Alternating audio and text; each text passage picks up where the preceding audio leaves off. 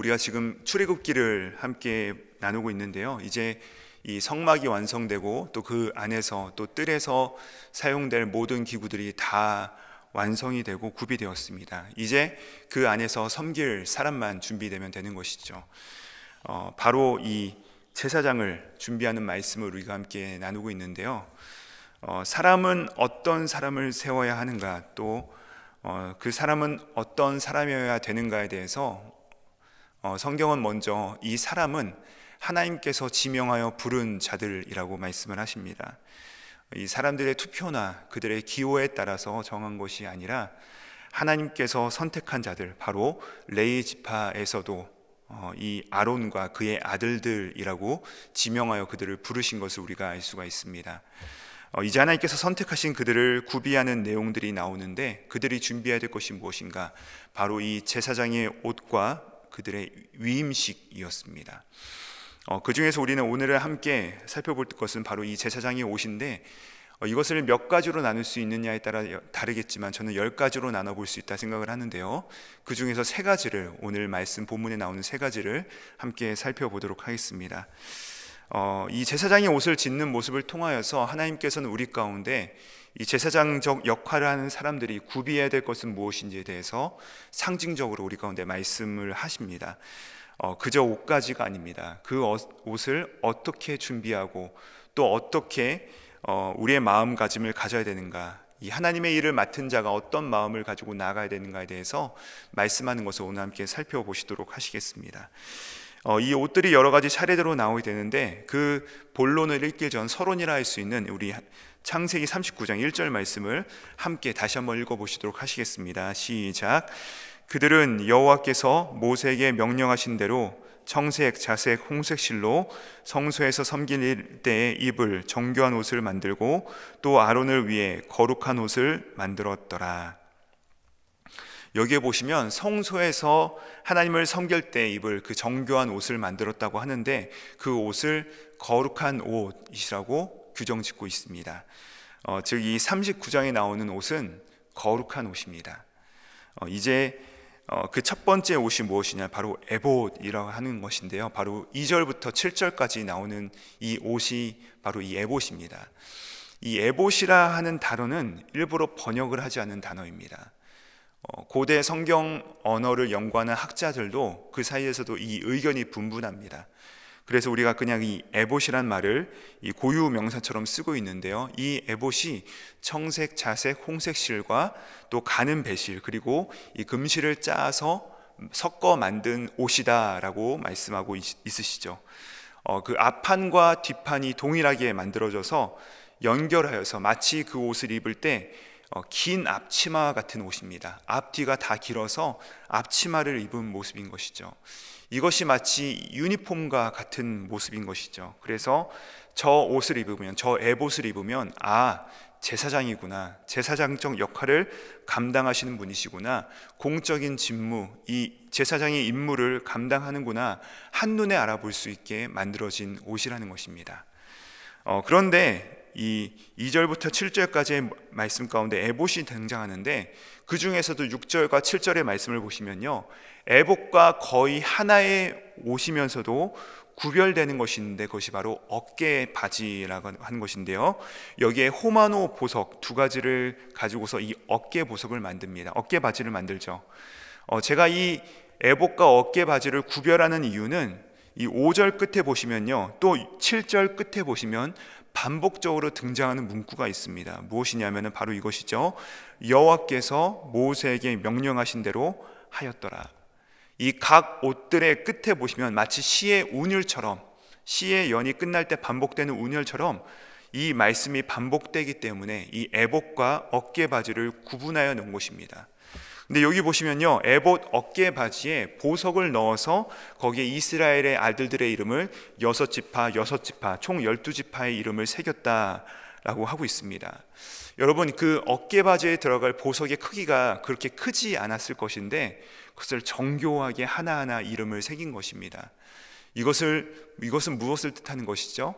이것이 굉장히 중요한 일이라는 것이죠. 굉장히 중요한 부분이었다는 것입니다. 이렇게 하나님께서 명령하신 것을 그대로 지켰다라고 말하면서 두 번째 부분을 설명하고요. 그 중에서 이제 세 번째 부분은 바로 흉패인데 8절부터 오늘 말씀의 끝인 21절까지 쭉 등장하는 것을 볼 수가 있습니다. 그 중에서 우리가 함께 그 첫 번째 줄인 8절 말씀을 함께 읽어보시도록 하시겠습니다. 함께 읽겠습니다. 시작. 그가 또 흉패를 정교하게 짜되 애복과 같은 모양으로 금실과 청색, 자색, 홍색 실과 가느게 꼰 배실로 하였으니. 자, 여기 보시면은 흉패를 만들었는데 애복과 같이 그 어깨에 걸어서 가슴으로 내려오는 줄로 고정시켰고, 그 안에는 총 12개의 보석으로 수정되어 있다라고 말씀하고 있습니다.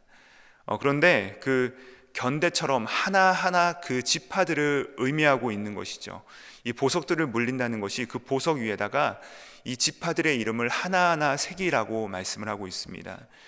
이거 보시면요, 여러분, 이 보석들이요 중복되지도 않습니다. 하나하나가 귀중한 보석들입니다. 그런데 그것들을 3개씩 총 4줄로 12개의 보석들을 하나하나 그 위에다가 새기는 것을 우리가 볼 수 있죠. 그런데 이 흉패를 레위기에 가서 보시면요, 또 뭐라고 부르고 있냐면은 판결 흉패라고 부르고 있습니다. 판결 흉패. 왜냐하면 그 흉패 안쪽에 보시면요, 그 에봇과 흉패 중간 사이에 주머니를 만듭니다. 그리고 그 안에 들어가는 것이 무엇이냐? 하나님의 뜻을 물을 때 이 제사장들이 사용했던 우림과 둠림이 들어있기 때문입니다. 그래서 이것을 판결 흉패라고 불렀습니다. 이것은 제사장이 사적인 사람이 아니라 공적인 사람인 것을 드러내는 것이죠. 그 가슴 앞에 12개의 지파의 이름이, 또 그 어깨에 12지파의 이름이 새겨져 있음으로 말미암아 제사장이 하나님 앞에 나아갈 때 그것은 아론이나 그의 아들들이 특별하거나 뭔가 특출하거나 혹은 거룩하여서 혹은 특별한 자격이 있어서 그런 것이 아니라, 그들이 이 거룩한 직무를 하나님 앞에서 수행하지만 그것은 그들 개개인의 일이 아니라 이 이스라엘 지파의 전체 일을 가지고서 대표자로 나아가는 것을, 또 그 흉패를 입는 순간부터 그들은 내가 개인적인 사람이 아니라, 나는 사적인 사람이 아니라 공적인 사람인 것을 기억하는 것이죠. 이 제사장이라도 그 애복과 흉패를 입고서 일상생활을 하지 않습니다.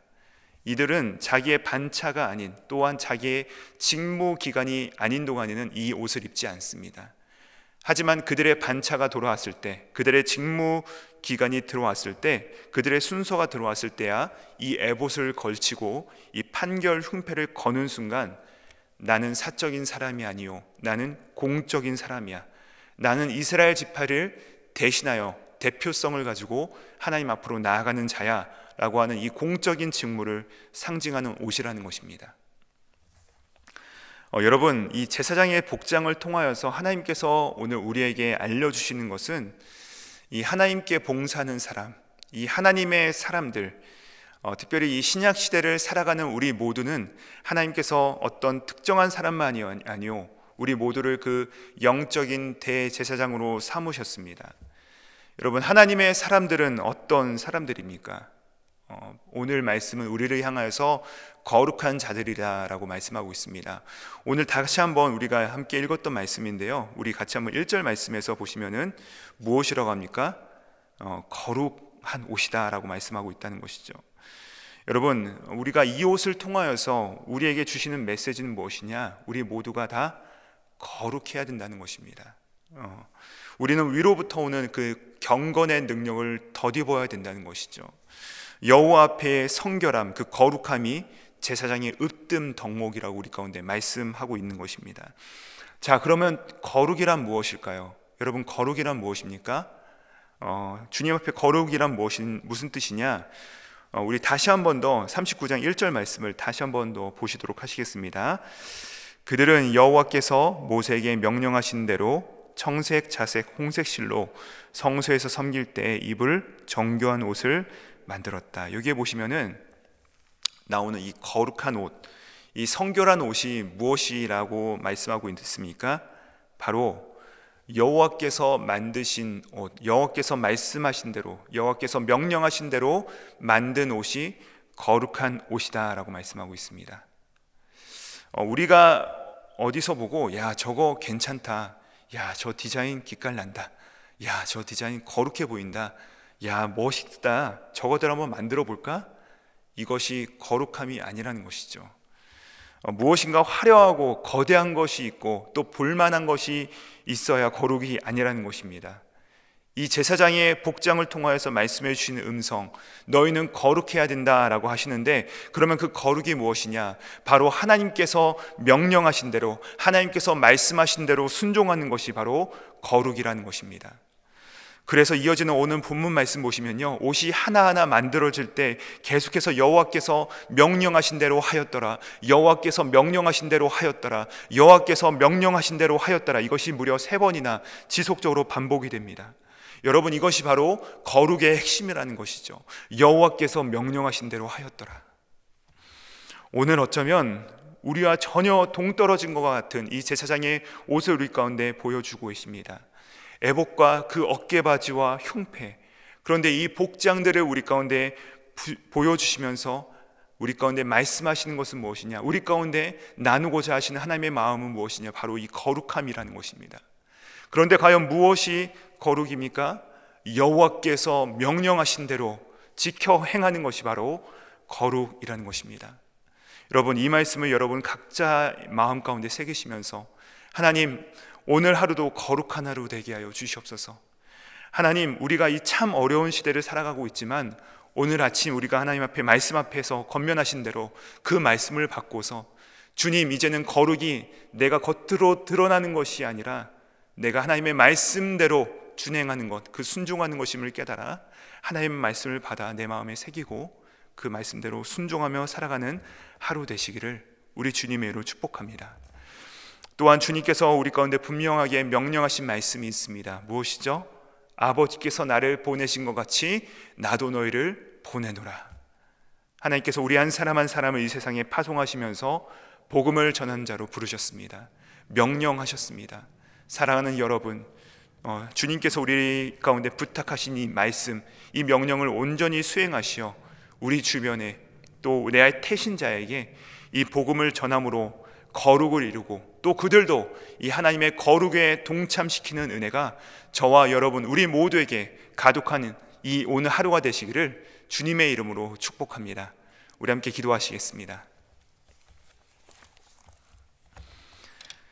하나님 아버지, 오늘도 말씀을 열어주셔서 이 속에 담긴 하나님의 음성 듣게 하여 주시니 참으로 감사드립니다.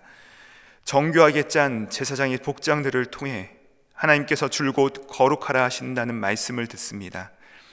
하나님, 우리가 경건의 능력을 덧입게 하여 주시고 이 세계에만 소망을 두는 육신의 훈련을 넘어 이 생과 내생의 약속과 소망이 있는 경건의 훈련을 통해 하나님께는 영광이요 우리도 구별되고 아름다운 직무를 감당할 수 있는 영적 제사장들이 될 수 있도록 하여 주시옵소서. 오늘도 우리의 대제사장 직분으로 나와 주변과 내가 품는 태신자들에게 맑고 또 밝고 향기로운 그리스도의 편지가 되게 하여 주시옵소서. 친히 이 땅에 오시어 하나님의 말씀에 순종하사 거룩을 완성하신 예수 그리스도 이름 받들어 기도드립니다. 아멘.